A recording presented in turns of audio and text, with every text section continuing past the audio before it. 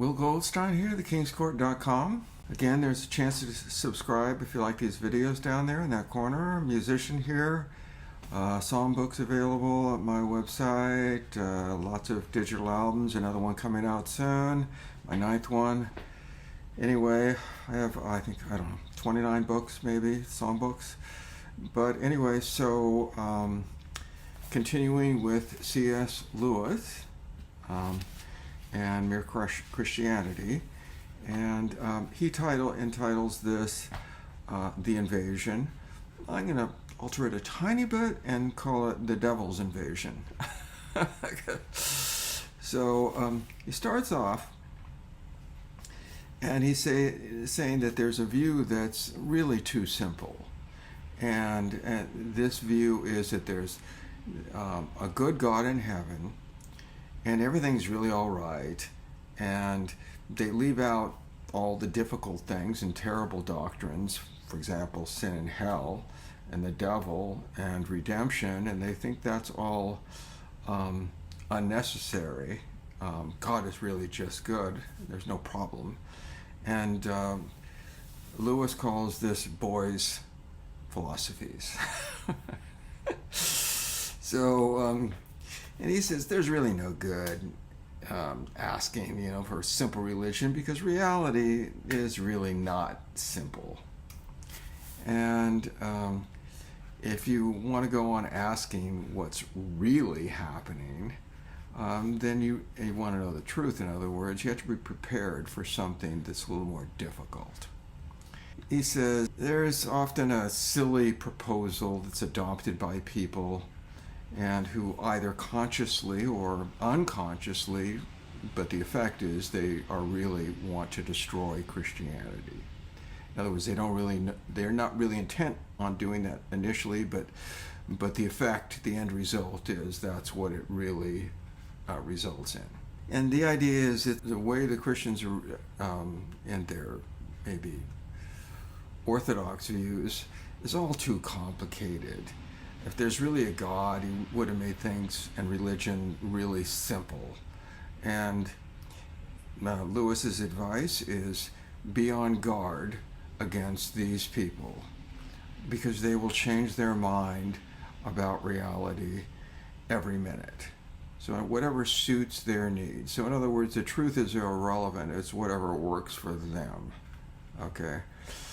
So at the moment, they want to make religion really simple, but the reality is God's statement to us is has unalterable facts about his own nature.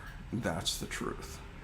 So are you looking for something simple, or you really want to know the truth about the unalterable facts about God and his idea of what should be happening in your life? Reality, in fact, is something that you couldn't guess, Lewis says. Christianity is religion that no one really would have guessed. He sort of repeats himself again. The problem is really not a simple one. The answer is not going to be simple either. So then he goes, well then, the obvious next question is, what's the problem?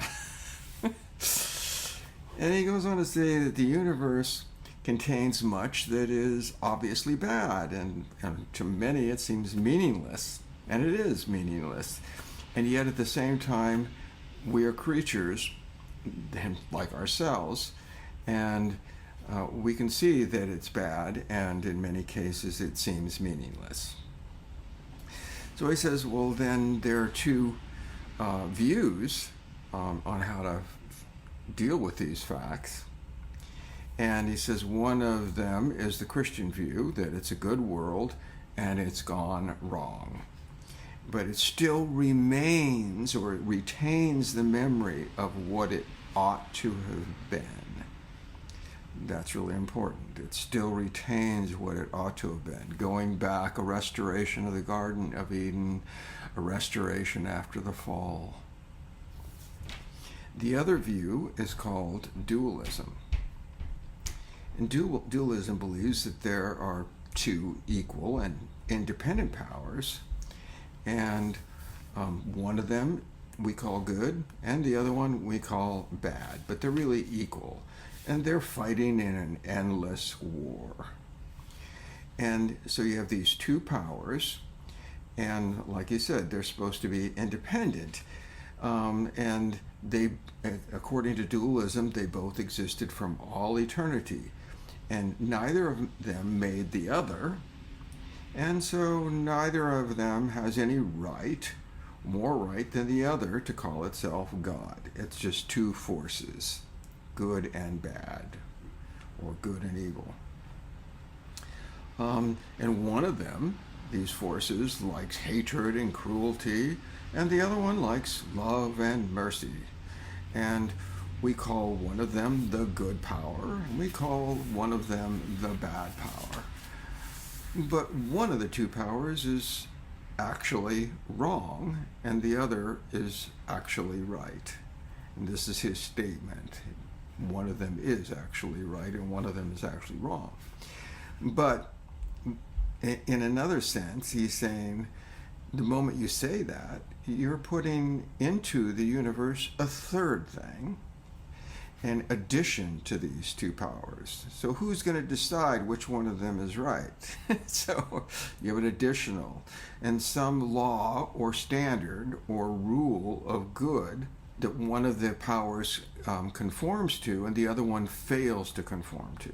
In other words, he's saying there is some law or some standard or rule of good which one of those two powers conforms to and the other one does not conform to it. So there's a law above it, a standard above it. And these two powers are judged by this standard. And so in other words, this standard is higher up and above them both. And he's saying that's the real God, the real power that judges between good and evil, that's above them both. If dualism is true, then the bad power must be badness, something that likes badness and for its own sake. But in reality, he's saying there's no experience of anyone who really likes badness. The nearest thing to that is cruelty. And he says people are cruel for one or two reasons. They're either sadist, or they, for the sake of something that they're trying to get. For example, they're in pursuit of money or power or safety. But then he goes on to say, but pleasure, money, power, and safety are all basically good things. So it's the badness doesn't consist in them. He says the badness consists in pursuing them by the wrong method. So you're basically he encapsulates that and says the pursuit of them is good, but you're pursuing it in the wrong way.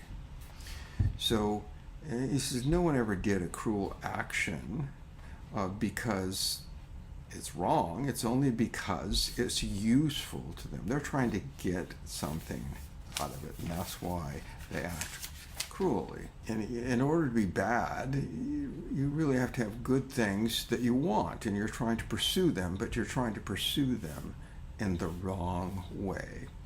So to be bad, you must exist and have intelligence and will. Otherwise, you don't have the capacity to be able to do bad.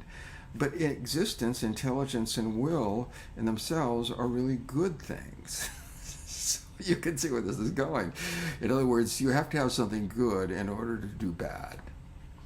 They must be getting them from the good power. So whatever someone does who's wicked, the powers that they're using to do that wickedness really came from good, is what he's saying, the good power. So as Christianity has always said, the devil is a fallen angel. He goes on to say that evil is really a parasite. It's not really an original thing. It's the powers that enable someone to do evil are powers given by goodness. Things which enable a bad man to be bad are themselves good things. For example, resolution. He gives some examples. Resolution, cleverness, good looks, existence itself. And he says, this kind of thinking is why, in a strict sense, dualism will not work. And then he says Christianity thinks this dark power was created by God. And formerly, this dark power was good when he was created, but he went the wrong way, the fall. Well, the fall is the fall of, of the angels, or Satan first, through pride. So basically, he's saying the universe is at war. And we are living in a part of the universe that is occupied by the rebel. So we are in enemy-occupied territory. And Christianity is the story of how the rightful king, Jesus, has landed, but he landed in disguise. Bethlehem, from the Virgin Mary, in a manger, in disguise. And so someone will ask, well, you don't really mean to reintroduce the idea of the devil? And Lewis answers, he says, my answer is yes, I do. And then he says, if anybody really wants to know him better, don't worry. If you really want to, you will. And whether you'll like it when you encounter the devil is another question.